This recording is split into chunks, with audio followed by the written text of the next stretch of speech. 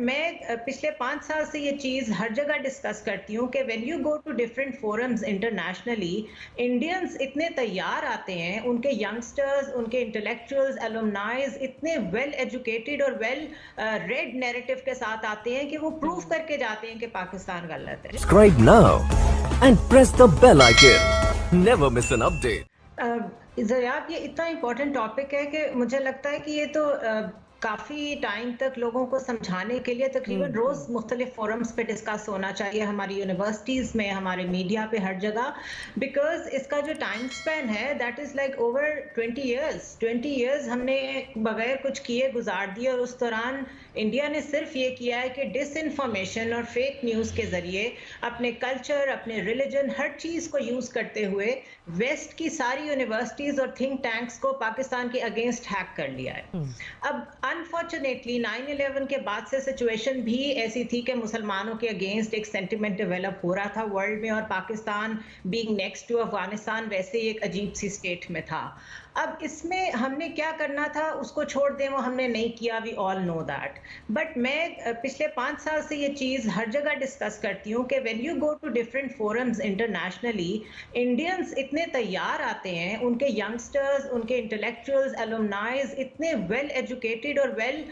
Red narrative کے ساتھ آتے ہیں کہ وہ پروف کر کے جاتے ہیں کہ پاکستان غلط ہے۔ آن دی ادر ہینڈ ہمارے ینگسٹرز ایک تو بالکل فری فلوٹ گئے ہوئے ہوتے ہیں، ان کو گورنمنٹ کی کوئی نہ فنڈنگ ہوتی ہے، نہ سپورٹ ہوتی ہے، نہ ان کو گورنمنٹ کی طرف سے بھیجا جاتا ہے، جو جاتا ہے وہ اپنی جیب سے، اپنے خرچے سے یا پڑھنے گیا ہوتا ہے، یا وہ کسی اور طریقے سے کسی فیلوشپ کے ذریعے سے وہاں پہنچا ہوتا ہے۔ تو اس قوم کی، انڈیا کی ایک آرگنائزڈ ایفرٹ ہے ٹو ڈسکریڈٹ پاکستان، اور وہ اس نے کیا ہے، اس نے اس کا فائدہ اٹھایا ہے، اور آج حال یہ ہو گیا ہے کہ انٹرنیشنل فورمز پہ کھڑے ہو کے پاکستان کو ڈیفینڈ کرنا انتہائی مشکل ہو گیا ہے۔ بٹ اب گورنمنٹ جو ہے اگر ایکٹیو ہو رہی ہے تو اس میں سب سے پہلے آپ کا کام یہ ہے کہ ہر ایمبیسڈر کو آپ ٹاسکنگ کر دیں، انہیں بتا دیں انہوں نے اپنے کنسرن ملک میں کیا کیا کرنے ہے، اس پہ ان سے رپورٹ لیں۔ فارن آفس کے بغیر آپ کا کوئی کام، کوئی بات، کوئی وائس، سین وائس کہیں نہیں پہنچ سکتی۔ اور ملٹری سپورٹ کر رہی ہے، ملٹری ڈپلومیسی پیرل لائنز پہ چل رہی ہے، یہ ڈوزیئر کمپائل بھی انہوں نے کیا ہے، دس از کریڈیبل انفارمیشن،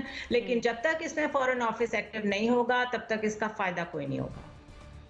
بخاری صاحب، انسٹیٹیوشن آف اسٹریٹجک اسٹڈیز کے کچھ لوگوں سے میری ملاقات ہوئی اور اس سلسلے میں بات چیت بھی ہو رہی تھی کہ وہ کس طرح سے پاکستان کا نیریٹو بلڈ کرنے کے لیے کام کریں۔ اعزاز چودھری صاحب اس سلسلے میں فرما رہے تھے کہ ہم مکمل طور پر بھارت کا جو چہرہ ہے بے نقاب کرنے کی کوشش کر رہے ہیں، ہم بات کچھ اور کرتے ہیں، وہ معاملہ سارا دہشت گردی کی طرف لے کر چلے جاتے ہیں۔ ہمارے اداروں کو یا پاکستان کو اب کیا کرنا چاہیے کہ مزید اس معاملے کو بہتر طریقے سے اٹھایا جائے، اٹھانا چاہیے؟ دیکھیے، سلیکنس تو ہمارے اینڈ پہ ہے، کیونکہ ہم پچھلے تقریباً 1 ڈیکیڈ سے تو میں سن رہا ہوں ففتھ جنریشن وار، ہائیبریڈ وار۔ ہمیں جب یہ اندازہ ہے کہ یہ اس طرح کی چیزیں ہو رہی ہیں تو ہم نے اس کو کاؤنٹر کرنے کے لیے کیا اسٹریٹجی تھی ہمارے پاس، اور یقین کیجیے ابھی تک تو مجھے ابھی بھی کوئی اسٹریٹجی نظر نہیں آ رہی، کیونکہ ایک ڈوزیئر آپ نے تیار کیا اور وہ بھی آپ سرکولیٹ اس طریقے سے نہیں کر پائے، 1۔ دوسرا، میں آج ہی کی مثال دیتا ہوں، آج ہی کی خبر ہے، ہمارے میڈیا کی طرف سے بھی سلیکنیس ہے، لاؤزینیس ہے، میں کہوں گا کہ آج ہی پنجاب میں ایک نیٹ ورک بریک کیا سی ٹی ڈی اور آئی ایس آئی نے مل کے، اور وہ نیٹ ورک جو ہے وہ تھا افغان انٹیلیجنس ایجنسی کا اور را کا، 3 بندے پکڑے گئے، اور کب سے وہ یہاں سے نیٹ ورک چلا رہے تھے، ادھر سے ہی آئے تھے افغانستان سے۔ لیکن ذریعہ آپ تو بیٹھی ہوئی ہیں اسکرین پہ، آپ مانیٹر بھی بڑا اچھا کر رہی ہیں، ذرا مجھے بتائیے گا کہ یہ خبر ہم نے